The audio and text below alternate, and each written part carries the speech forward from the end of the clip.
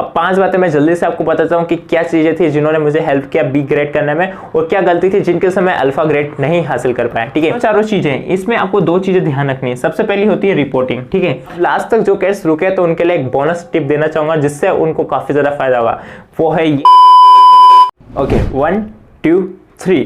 काफी सारे कैट्स मुझे कमेंट करते हैं कि आपके पास एनसीसी का सी सर्टिफिकेट तो दिखाओ ना, तो ये है मेरे पास एनसीसी का सी सर्टिफिकेट। इसका आप अच्छे से फोटो देखिए और इसमें हम डिस्कस करते हैं क्या क्या चीजें। तो सबसे पहले आप देख सकते हो उस ऊपर एक क्यूआर कोड दिया गया, उसके बाद एनसीसी की एक सील दी गई है। ठीक है, ये दर्शाता है कि ये जो सर्टिफिकेट एकदम ओरिजिनल है। ठीक है, इसके अलावा हम देख सकते हैं बीच में नेशनल कैडेट कॉर्प्स लिखा है और हमारे एनसीसी का लोगो लगा हुआ है, आपको पता है फ्लैग है उसके आगे हम देख सकते हैं मेरा फोटो है। इसमें आप रैंक देख सकते हैं मेरी एसयू की लगी हुई है, यानी कि कैडेट अगर 3rd ईयर में आ जाता है तो फिर उसके बाद आप एसयू जेयू और कुछ रैंक्स दी जाती है, तो वो सारी चीजें नीचे हमारे कमांडिंग ऑफिसर के और 10 MP बटालियन कर्नल जी के साइन है। उसके अलावा बीच में लिखा गया है सी सर्टिफिकेट। ठीक है, प्रमाण पत्र है सी का। ठीक है, सर्टिफिकेट सी। और इससे पहली वाली वीडियो थी जिसमें मैंने आपको बी सर्टिफिकेट के बारे में पूरा बताया था क्या क्या चीजें थी। उसके लिए आप देख सकते हैं यहाँ पे मेरा एक रेजिमेंटल नंबर है MP20 SDA। ठीक है, आगे का मैंने थोड़ा सा ब्लर कर दिया है। आगे मेरी रैंक लिखी हुई है कैडेट। इसके अलावा नाम लिखा गया आदित्य पटेल, पिताजी का नाम लिखा गया है, यूनिट लिखी गई है 10 MP बटालियन, और इसके अलावा डेट ऑफ बर्थ है, और नीचे एनसीसी के डायरेक्टरेट कौन सी और हमारा ग्रुप कौन सा है। तो एमपीएनसीसी डायरेक्टरेट है और भोपाल ग्रुप है। और यहाँ पे लिखा गया है कि this is certified that the above mentioned cadet passed the C certificate held in year 2023 in B grade under the authority of ministry of defence government of India. ठीक है, पढ़ने में काफी अच्छा लग रहा है। ठीक है, एंड हमारे वही हमारे एमपीएनसीसी डायरेक्टरेट का नाम है, सी सर्टिफिकेट लिखा गया है, और विंग कौन सी है वो लिखा गया है आर्मी, और 2023 और एक कोड लिखा गया है। इसमें एडीजी सर यानी कि additional director general national cadet corps के अजय कुमार महाजन सर के साइन किए गए और सील लगी हुई है। ठीक है, तो ये है पूरा सी सर्टिफिकेट मैंने आपको शेयर किया है। ठीक है, इसके अलावा यहाँ पे मैं आपको मेरी एक जर्नी भी शेयर करूंगा कि सी सर्टिफिकेट मुझे प्राप्त हुआ है। ठीक है, तो आप सब भी सी सर्टिफिकेट के लिए तैयारी कर रहे हैं तो आपको ये जानना बहुत जरूरी है कि किस तरीके से सर्टिफिकेट मैंने पास किया और किस तरीके से आपको क्या गलतियां हैं जो मैंने की है वो नहीं करनी है, ताकि आप अच्छा स्कोर कर पाए। ठीक है, तो बिना किसी तरीके की वीडियो को शुरू करते हैं। ओके, तो सबसे पहले रिवीजन की हम बात करते हैं। लास्ट जो वीडियो थी उसको जरूर देखिएगा जहां पे मैंने बी सर्टिफिकेट का पूरा बताया था किस तरीके से मैंने उसे कवर किया था। बट शॉर्ट में हम थोड़ा डिस्कस करेंगे कि मेरा 4 ईयर का कोर्स होता है BSc B.Ed। ठीक है, जिसमें मैं एनसीसी ज्वाइन करता हूँ 2nd ईयर में। ठीक है, ये 4 ईयर का हमारा जो कोर्स रहता है इसमें मैं 2nd ईयर में एनसीसी करता हूँ, और एनसीसी के जो ईयर्स रहते हैं वो हमारे रहते हैं 2020, ठीक है, 2021 और 2022। ठीक है, यानी कि 22 के मैंने सितंबर में भर्तियां हुई थी, तो नेक्स्ट ईयर के सितंबर के यहाँ से 2nd ईयर स्टार्ट होगा, और 3rd ईयर अगर यहाँ से स्टार्ट हुआ है तो ये 2023 के फेब में यानी कि एग्जाम हुई थी, तब जाके इस ईयर एंड हुआ था। तो हम बात करने वाले हैं 2022 और 23 के बारे में, यहाँ पे भी सी सर्टिफिकेट किस तरीके से कंप्लीट किया था। ठीक है, तो सबसे पहले मैंने आपको 2022 का बता दिया, बी सर्टिफिकेट का एग्जाम दे दिया था फेब में। उसके बाद 2022 में हमारे सितंबर से कैंप्स स्टार्ट हो जाते हैं। ठीक है, तो जो हमारा फर्स्ट कैंप होता है आई थिंक वो जून में ही लग गया था। ठीक है, जो हमारा जून का मंथ होता है, ठीक है, जून में ही हमारा फर्स्ट CATC कैंप लगा था जो कि कनाशा लगा था कोलपिंग कॉन्वेंट स्कूल में, जहां पे मैंने सभी के ब्लॉग्स बनाए। आपने नहीं देखे तो प्लेलिस्ट में जाकर जरूर देखिएगा। उस कैंप को मैंने लाइफ में फर्स्ट टाइम अटेंड किया था कि मैं 10 डेज के लिए घर से दूर था। उससे पहले बी में जो कैंप हुआ था CATC कोविड में हुआ था, तो बटालियन पे 10 डेज तक रुकना था, तो उसमें नाइट में हम घर पे आ जाते थे। ठीक है, सुबह 7 से शाम के 4 बजे तक ही वो कैंप लगता था। बट जो CATC कैंप हमने कनाशा में किया फॉर सी सर्टिफिकेट। ठीक है, इसमें हमें 10 डेज तक वहीं रुकना था।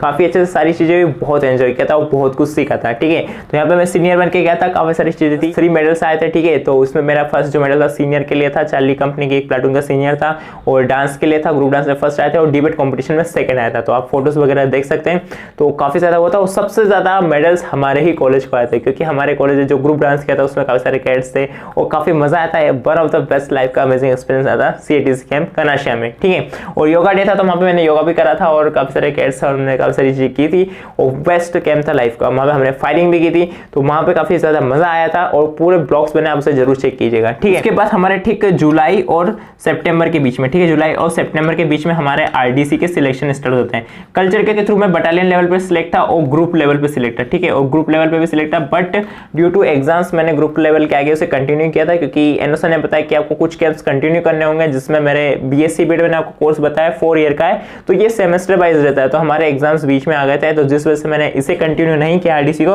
बट आप मानेंगे नहीं, लकीली मुझे नेक्स्ट चांस मिलता है एक नेशनल कैंप करने का, जो कि था हमारा EBSB, जो कि अक्टूबर के मंथ में होता है। EBSB एक भारत श्रेष्ठ वाला। ठीक है, अक्टूबर के मंथ में कैंप को मैंने अटेंड किया, और यहाँ पे मतलब पूरा कल्चर बेस्ड कैंप था। केरला डायरेक्टर्स के कैडेट्स आए थे, 500 कैडेट्स थे हम टोटल, काफी मजा आया था। और ये जो ट्रैक सूट देख रहे हैं ये मैंने मैंने वहीं से पहना। इसके अलावा शूज मिले मुझे, सॉक्स मिले हैं, टी शर्ट मिली है एनसीसी की, ठीक है, और पी कैप मिली है, ठीक है।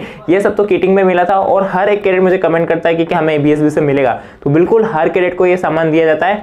बट कई सारे कैडेट्स ऐसा भी कमेंट करते हैं कि हमने तो ABSB किया है, आर्मिटेशन कैंप किया, बट हमें कोई किट नहीं मिली है। तो उसके लिए क्या कर सकते हैं, आप अपने एनओ सर से कॉन्टेक्ट कीजिए और एनओ से बटालियन पे कॉन्टेक्ट करेंगे कि ऐसा क्यों, क्योंकि नेशनल कैंप में लगभग सभी कैडेट्स को दिया जाता है, तो कोई पैसा नहीं लगता। सारे कैडेट्स मुझे ये भी पूछ रहे थे कि इसका हमने पैसा दिया, नहीं, कैंप की जो फीस थी प्राइवेट इंस्टीट्यूट्स में तो पैसे लगे थे, इसके अलावा इसके कोई पैसे नहीं लगे थे, ठीक है। ये सब आपको बटालियन की ओर से दिया जाता है, ओके। तो ये सारी चीजें थी। इस EBSB कैंप का अभी मेरे पास सर्टिफिकेट है, ठीक है। तो ये मेरा फर्स्ट नेशनल कैंप था, जो कि एक बार टेस्ट बताया 25 बोनस मार्क्स मिले थे। इसके बाद हमारा अक्टूबर का मंथ हो जाता है, परेड्स वगैरह लगती है, हमारी क्लासेस रेगुलर लगती है, यानी कि थर्ड ईयर ही मतलब मेरा एनसीसी का ऐसा था जहाँ पे मैंने अच्छे से एनसीसी की है, ठीक है। इसके पहले कोविड था, पूरे में कोई ज्यादा कुछ खास नहीं किया। तो यहाँ पे हमने राइफल ड्रिल की थी, राइफल ड्रिल से की, और फेब के मंथ में हमारा एग्जाम होता है, ठीक है। तो उसमें भी सेम पोर्टफोलियो रहता है, वो मैं आपको बताता हूँ कि एनसीसी का सी का एग्जाम करता। तो सी सर्टिफिकेट का जो एग्जाम था हमारा, ठीक है, वो हमारा हुआ था फेब 2023 में, ठीक है। तो सबसे पहले आपको पता है 500 मार्क्स का पेपर होता है, जिसमें हमारी दो चीजें होती है, रिटर्न जो कि हमारा था अप्रोक्स 350 मार्क्स का, और हमारा हुआ था वाइवा या फिर हम कह सकते हैं प्रैक्टिकल, वाइवा प्लस प्रैक्टिकल जो सारी चीजें थी वो हुई थी हमारी 150 मार्क्स की, ठीक है। तो ये जो 150 मार्क्स वाला पोर्शन है, इसमें हमारी कुछ 5 चीजें होती है। सबसे पहले होती है हमारी ड्रिल, और ड्रिल में आपको पता है बहुत एडवांस होती है, इसमें हमारी होती है राइफल ड्रिल, ठीक है। राइफल ड्रिल में हमारे सलामी शस्त्र, बाजू शस्त्र सारी चीजें करनी होती है, और कैडेट्स को बहुत ज्यादा प्रॉब्लम होता है सीखने में, क्योंकि राइफल के बिना सीखना बहुत मुश्किल होता है। तो प्लीज अगर आप सी सर्टिफिकेट के थर्ड ईयर में है तो आप इस चीज की प्रैक्टिस अच्छे से कीजिएगा, क्योंकि यहाँ पे आपके जो ऑफिसर्स बैठेंगे वो इसकी वजह से आपके ड्रिल में मार्क्स देंगे, ठीक है। और 150 मार्क्स काफी ज्यादा इंपॉर्टेंट है, क्योंकि ये तो हम चलो पढ़ के कर लेंगे, बट इसमें हमारी पूरी परफॉर्मेंस दिखनी है, हमें वाइवा देना होगा, तो बोलना होगा, जो हमने प्रैक्टिकल चीजें की वो सब निकल के आएगी, ठीक है। तो उसको अच्छे से प्रैक्टिस करना है। इसके अलावा हमने हमारा क्या था, वेपन का ट्रेनिंग, ठीक है। जो हमारा वेपन में था, इसमें हमें .22 राइफल के साथ जो हमारी पोजीशन थी वो सब चीजें करनी होती है।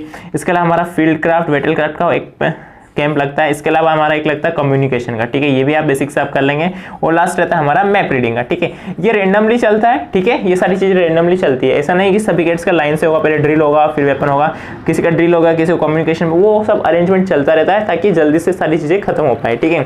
अब 5 बातें मैं जल्दी से आपको बताता हूँ कि क्या चीजें थी जिन्होंने मुझे हेल्प किया बी ग्रेड करने में, और क्या गलती थी जिनके समय अल्फा ग्रेड नहीं हासिल कर पाया, ठीक है।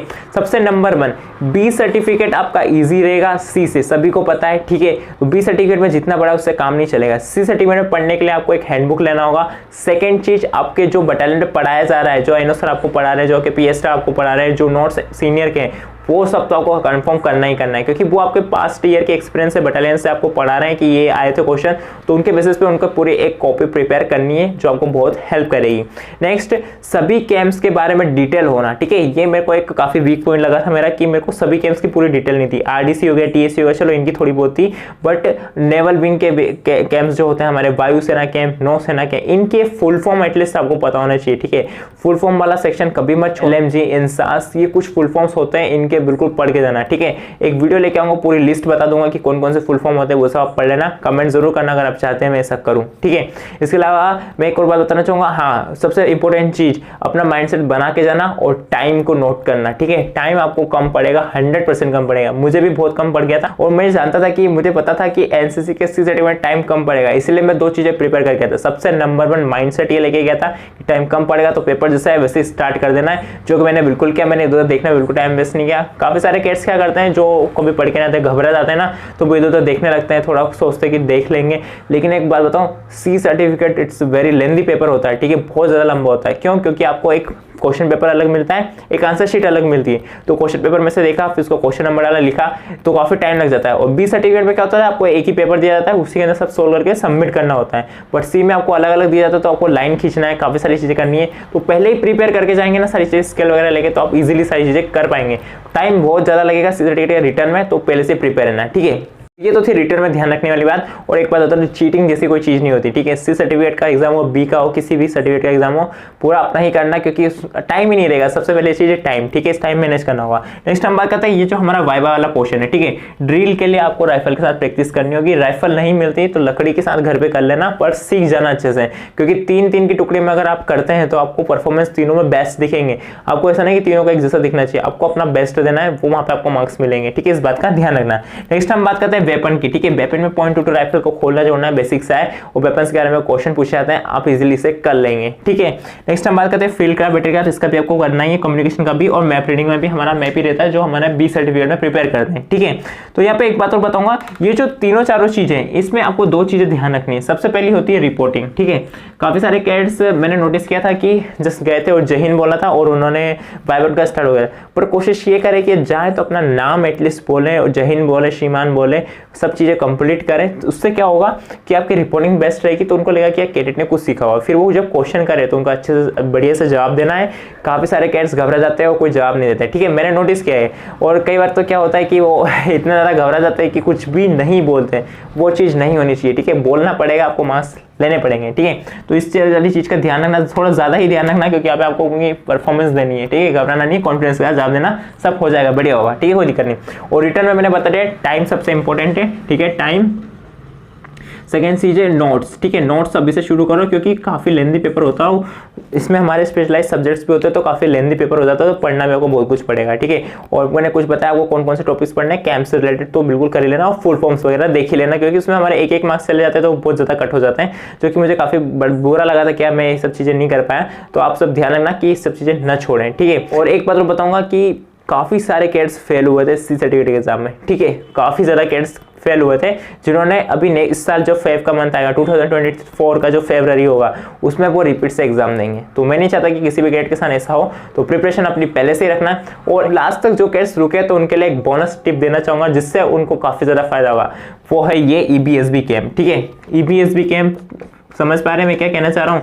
EBSB एक नेशनल कैंप है। क्या है? National camp. और नेशनल कैंप के आपको मिलते हैं 25 बोनस मार्क्स, ठीक है।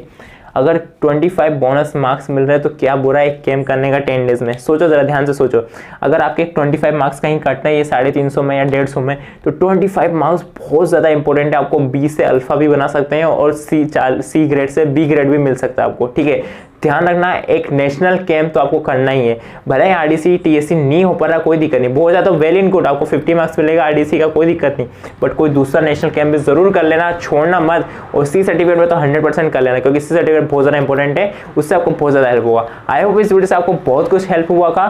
नेशनल कैंप जरूर करना है, टाइम का ध्यान रखना है और अपनी ड्रिल की प्रैक्टिस अच्छे से करना है। मेरा पूरा ओवरऑल सी सर्टिफिकेट का एक्सपीरियंस के खिलाफ कोई डाउट हो तो कमेंट करना, और याली प्लेलिस्ट जरूर चेक करना। इसमें मैंने सर्टिफिकेट्स के जो भी हमारा सिलेबस होता है, मार्क्स डिस्ट्रीब्यूशन सब बताया, एक बार नजर मार लेना, ठीक है। हो सकता है इस बार अपडेट हो गया, मैं देख के बताऊंगा वो क्या हुआ है, बट फिलहाल इतना ही है। इस प्लेलिस्ट को पूरा चेक करना, आपको बहुत हेल्प होगा। इसके अलावा कोई डाउट हो तो कमेंट करना। तो मिलते हैं नेक्स्ट वीडियो, तब तक के लिए जय हिंद, वंदे मातरम।